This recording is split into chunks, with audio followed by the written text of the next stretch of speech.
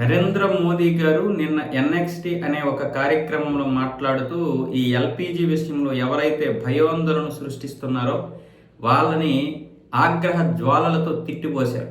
ఆయన ఎందుకు అంత ఆగ్రహం వ్యక్తం చేశారంటే నిజంగానే అంత కొరత ఉందా?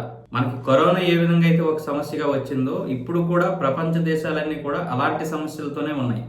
అందులో భారతదేశం ఏం మినహాయింపు కాదు. అయినా సరే ఎల్పిజి యొక్క కొరత రాకుండా అన్ని విధాలుగా కూడా ప్రయత్నాలు చేస్తుంది కేంద్ర ప్రభుత్వం. ఇలాంటి సమయంలో ప్రజల్ని భయోందోళనకు గురి చేసే విధంగా కొంతమంది వ్యాఖ్యలు చేస్తున్నారు. వాళ్ళ అజెండా అదే.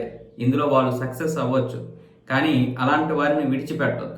అలాగే కొంతమంది బ్లాక్లో కూడా ఈ ఎల్పిజి నమ్ముకుంటున్నారు. ఆ విషయం కూడా రాష్ట్ర ప్రభుత్వాలు వెంటనే కఠినమైనటువంటి నిర్ణయాలు తీసుకోవాలి వాళ్ళందరిపై కూడా అంటూ నరేంద్ర మోదీ గారు అయితే మాట్లాడారు. అలాగే ఇప్పుడు రాష్ట్రాలకి వంట గ్యాస్కి అదనంగా ఇస్తున్నటువంటి కిరోసిన్ ఏదైతే ఉందో అది కూడా 48,000 కిలోలీటర్లు అయితే ఇవ్వడానికి సిద్ధంగా ఉందని కూడా చెప్పారు.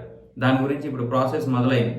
ఇక గ్రామీణ వాళ్ళకి మొత్తం సిటీలో ఉన్నటువంటి వారికి అందరికీ ఎల్పిజి అందుబాటులో తీసుకురావడానికి తీవ్ర ప్రయత్నాలు అయితే చేస్తున్నారు. దీనికోసం ఇప్పుడు 33 కోట్ల కుటుంబాలకి అన్ని సిద్ధం చేస్తున్నారు. అయితే కొన్ని దగ్గరలో మాత్రం గ్యాస్ ఇంకా రావడం లేదు, అందడం లేదు. కొన్ని ప్రాంతాల్లోనైతే గ్యాస్ వస్తుందో రాదో అని భయాందోళన చెంది బారులు తీరి మరీ ఉంటున్నారు. సో ఇలాంటి పరిస్థితుల్లో ఇప్పుడు మన భారతదేశం ఉంది. దానికి తోడు కొంతమంది భయపెట్టే వార్తలు కూడా చెప్తున్నారు, గ్యాస్ లేదు, అందుబాటులో లేదు అన్న విధంగా. అందుకే గృహ వినియోగదారులకి అందుబాటులోకి తీసుకురావడానికి కమర్షియల్ గ్యాస్ని ఆపేశారు, చాలా వరకు ఆపేశారు. ఇప్పుడు వాళ్ళ దగ్గర నిలవ ఉన్నటువంటి గ్యాస్ తోటే చాలా హోటల్స్ తెరిచి ఉన్నాయి తప్ప ఇప్పుడు ప్రస్తుతానికి అయితే వాళ్ళకి పర్సంటేజ్ చాలా తక్కువ చేశారు. కాబట్టి గృహ వినియోగదారులు భయపడాల్సిన అవసరం లేదు. కాకపోతే ఆలస్యం అయితే అవ్వచ్చు కాక ఒక 2-3 రోజులు ఆలస్యం అవుతాయి.